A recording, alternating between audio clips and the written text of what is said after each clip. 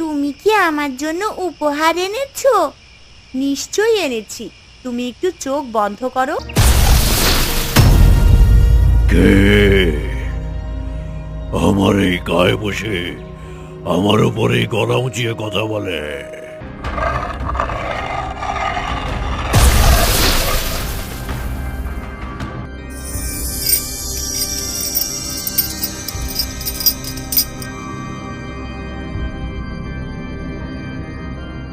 যখনই নীলাঞ্জনা দুর্বল হয়ে পড়বে তখনই তার গায়ে এই শিকল ছুঁড়ে মারবে।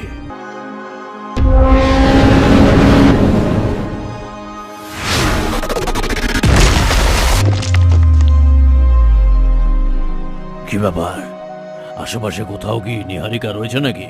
কি হয়েছে তোমাদের জঙ্গলে? কি বললে? একটা পাথরের দানব তোমাদের বনের সব কিছু তছনছ করে ফেলছে? ও, তাহলে এটাই সেই পাথরের দানব। ও, তাহলে এটাই সেই পাথরের দানব।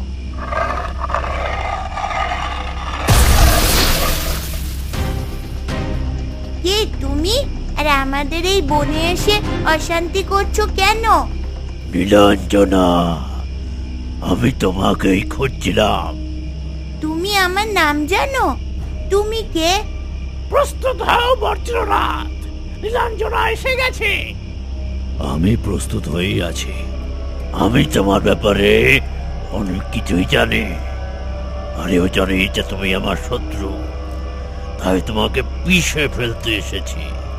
কিন্তু আমি তো তোমাকে চিনি না। আর তুমি শুধু শুধু এই বনে এসে গাছপালা ভাঙছো কেন? এই গাছপালা তোমার কি ক্ষতি করেছে? আমার চলার পথে যে আসে আমি তাকেই পিষে ফেলি। সবকিছু ধ্বংস করতে আমার ভীষণ আনন্দ হয়। মোটেও না। যে শুধু শুধু শান্তি নষ্ট করে সে মোটেও ভালো না। তুমি চলে যাও এখান থেকে। এইটুকু পুঁচকে মেয়ে আমার মুখের উপর কথা বলে? তুমি দেখতে চাও যে আমি কি করতে পারি?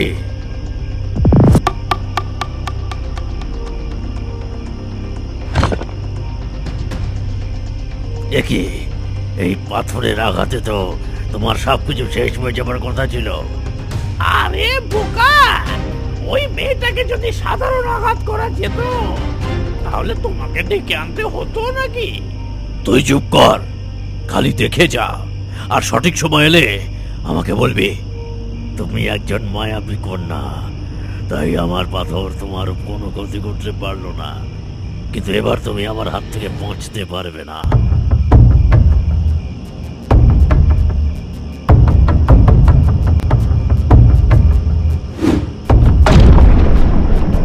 তুমি আমাকে মারতে চাও কেন? আমি তোমার কি করেছি? তুমি আমার থেকেও বেশি শক্তিশালী। এই পৃথিবীতে আমার থেকে শক্তিশালী আর কেউ হতে পারে না, তাই আমি তোমাকে ধ্বংস করে দিতে চাই। কিন্তু আমি তো তোমাকে চিনিও না। তাতে আমার কি দরকার?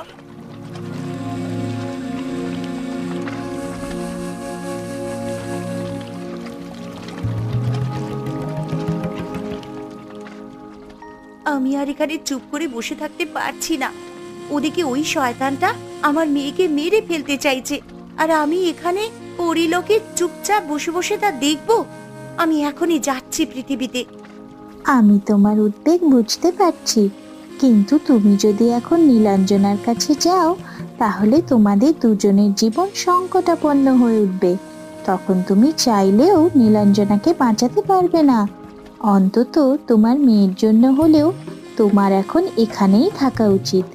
কিন্তু তুমি বুঝতে পারছো না, ও এখনো একটা বাচ্চা মেয়ে। ও কি করে অত বড় একটা দানবের সঙ্গে লড়াই করতে পারবে? ও নিশ্চয়ই পারবে। আমি বিশ্বাস করি ভালোর জয় সবসময় হবে। তুমি একজন অহংকারী। তোমার নিজের এত ক্ষমতা আছে, তাও তুমি সব সময় অন্যের ক্ষতি করে বেড়াও। আমার মা বলে যে সব সময় অন্যের ক্ষতি করে সে নিজেও ভয়ঙ্কর বিপাকে পড়ে। তাই নাকি? আমাকে বিপাকে ফেলবে এমন কিছু আছে নাকি পৃথিবীতে? অবশ্যই আছে। এ তো দেখছি সামান্য একটা ফুল। এই ফুল দিয়ে তুমি কি করবে? আমি চাইলে এক্ষুনি এই ফুল মাটির সঙ্গে মিশিয়ে দিতে পারি। এই ফুল আমাকে আমার প্রজাপতি মা দিয়েছেন। উনি আমাকে বলেছেন, খারাপের যতই শক্তি থাকুক না কেন, যদি আমরা আমাদের সৎ উদ্দেশ্যে অটল থাকি, তাহলে কেউই আমাদেরকে হারাতে পারবে না। তুমি এই সামান্য ফুল দিয়ে আমাকে হারাবে?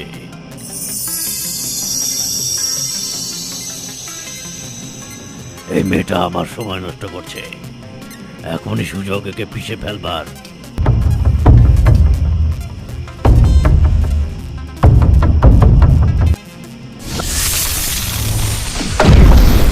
এ কি করে সম্ভব? ও আমার পাথর থামিয়ে দিয়েছে।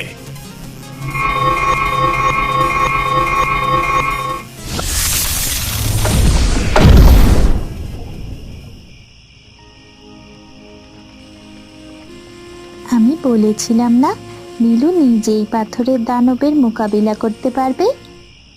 তুমি অন্যায়ভাবে এই জঙ্গলের গাছপালা নষ্ট করেছো, গ্রামের সবাইকে ভয় পাইয়ে দিয়েছো। অহংকারে তুমি অন্ধ হয়ে গেছো। তোমার শাস্তি হওয়া অবশ্যই দরকার। এ অসম্ভব। আমাকে কেউ আঘাত করতে পারে না।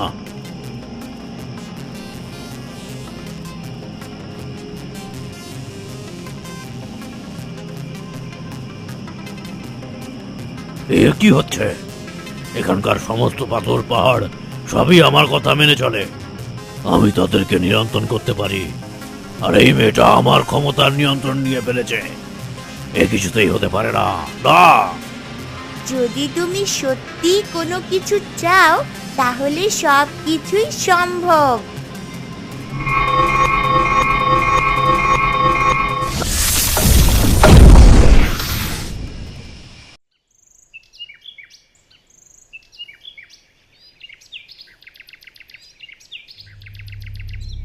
ওরে বাবা, এত ভয়ঙ্কর আওয়াজ কোথা থেকে হলো? আমিও বুঝতে পারছি না। এ কি, আমাদের নীলু কোথায়? আরে আরে, নীলু তো এখানে আমাদের সঙ্গেই ঘুমিয়েছিল। ওর কোনো বিপদ হয়নি তো? শিগগিরই বাইরে চলো।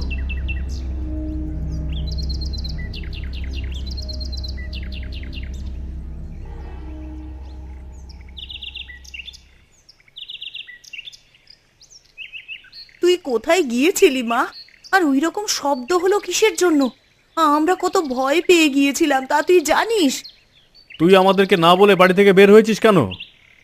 ওই যে আওয়াজ হলো, সেই আওয়াজ দেখতে গিয়েছিলাম। আওয়াজ শুনে তুই বাড়ি থেকে বের হয়ে গিয়েছিলি? তোর এতটুকুনিও ভয় করলো না? আমার কোনো কিছুতেই ভয় করে না। কোথায় হয়েছে আওয়াজটা? আমাদের জঙ্গলের ভিতরে। সে কি, তুই সেই জঙ্গলের ভিতরে গিয়েছিলি? হ্যাঁ রে, তোর কি প্রাণের ভয় নেই?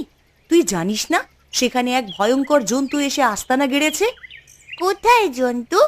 আমি তো গিয়ে কিছুই দেখতে পেলাম না। তোমরা জানো, বনের মাঝখানে একটা বড় পাথর ছিল, সেটা দুম করে ফেটে গেছে। তাই তো এত আওয়াজ হলো। আমি গিয়ে সেই জঙ্গলে ঘুরে এলাম, কোথাও আর কিচ্ছু নেই। থাক, তুই এখন বাড়ির ভেতরে আয়।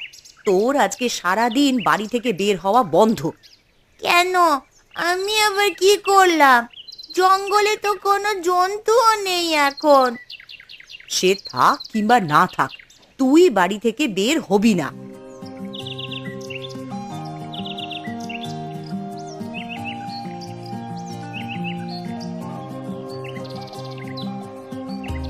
কি ব্যাপার, তোরা এমন ভাবে ছুটতে ছুটতে এদিকে আসছিস? কি হয়েছে? জানেন কাকিমা, আজ সকালবেলায় জঙ্গলে ওই ভয়ঙ্কর শব্দের পর রাজার সৈন্যরা জঙ্গলের ভেতরে ঢুকে দেখতে গিয়েছিল কি হয়েছে। তারা দেখলো জঙ্গলে অজস্র পাথরের টুকরো পড়ে আছে। তারা অনেক খুঁজলো, কিন্তু কোথাও কোনো জন্তু খুঁজে পেল না। এখন ঢোলক মহারাজের ঘোষণা নিয়ে এসেছে। তিনি বলছেন জঙ্গলে আর কোনো বিপদ নেই। এই তো শুনলে মা, আর কোনো বিপদ নেই। এবার আমি খেলতে যাই। কিন্তু ওকে যেতে দিন না কাকিমা। আচ্ছা ঠিক আছে, কিন্তু তাড়াতাড়ি ফিরে আসবি। কি মজা, কি মজা! এখন আমরা আবার খেলতে পারবো। এইসব কি নীলুর জন্যই হলো?